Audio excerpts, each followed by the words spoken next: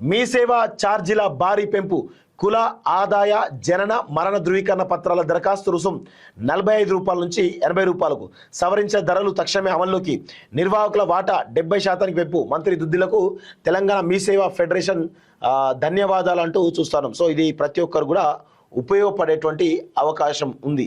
ఎందుకు అంటే ఇప్పుడు మీ సేవ అనేది ప్రతి ఒక్కరికి ఇది ఒక అవసరం. మీ సేవ అనేది ఎందుకంటే కుల సర్టిఫికేట్ కావాలన్నా, ఆదాయ సర్టిఫికేట్ కావాలన్నా, నివాసం సర్టిఫికేట్ కావాలన్నా, ఇంకా ఎలాంటి ధృవీకరణ పత్రాలు కావాలన్నా ఇక్కడ మీ సేవకి వెళ్ళి రిజిస్టర్ చేసుకోవాలి. సో ఆ కుల ధృవీకరణ పత్రానికి సంబంధించినటువంటి డీటెయిల్స్ ఇస్తే ఎంటర్ చేస్తారు. దాన్ని ఎంటర్ చేసేందుకు 45 రూపాయలు ఇస్తారు. మీ సేవ కమిషన్ కొంత, అక్కడ మీ సేవ నిర్వాహకులకు కొంత వస్తుంది. సో ఇప్పుడు ఏం జరుగుతూ ఉంది అంటే కంప్లీట్గా 45 రూపాయలు ఉన్నటువంటి అప్లికేషన్ 80 రూపాయలకు పైగా పెంచినట్టుగా తెలుస్తుంది. సో అవి ఏవేవి పెంచారో ఏందో ఒకసారి డీటెయిల్గా మనం చూద్దాం. రాష్ట్రంలో మీ సేవా కేంద్రంలో అన్ని సేవల ధరలను ప్రభుత్వం భారీగా పెంచింది.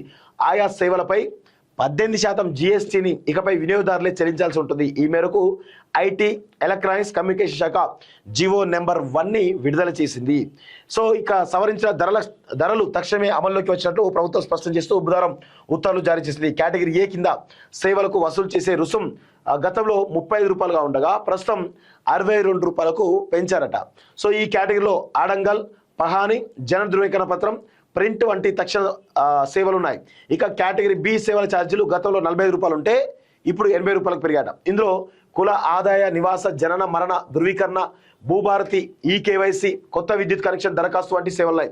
అలాగే ప్రింట్ల విషయానికి వస్తే మొదటి 4 పేజీల తర్వాత వచ్చే ప్రతి పేజీకి వసూలు చేసే స్కానింగ్, ప్రింటింగ్ ఛార్జెస్ కూడా పెంచారు. ఇప్పటి వరకు 2 రూపాయలు ఉండగా 2.5 చేశారట. సో విద్యుత్ బిల్లు చెల్లింపు విషయంలో కూడా పెంపు అమలులోకి వచ్చింది. కరెంటు బిల్లు రూపాయలు 200 వరకు ఉంటే 4 రూపాయలు పెంచగా అంతకంటే ఎక్కువ మొత్తాలపై 9 రూపాయలు నుంచి 44 రూపాయల వరకు చెల్లించే బిల్లును బట్టి వసూలు చేయనున్నారు. ఇక చివరిసారిగా మీ సేవల ఛార్జీలను 15 ఏళ్ల క్రితం సవరించారు. ఇప్పటి వరకు అన్ని సేవలకు 18% GSTని మీ సేవ నిర్వాహకులే చెల్లిస్తున్నారు. సో ఇప్పుడు ఆ GSTని కూడా ప్రధానంగా వినియోగదారుల పైన భారీగా భారం పడేటువంటి అవకాశం అయితే కనబడతా ఉంది.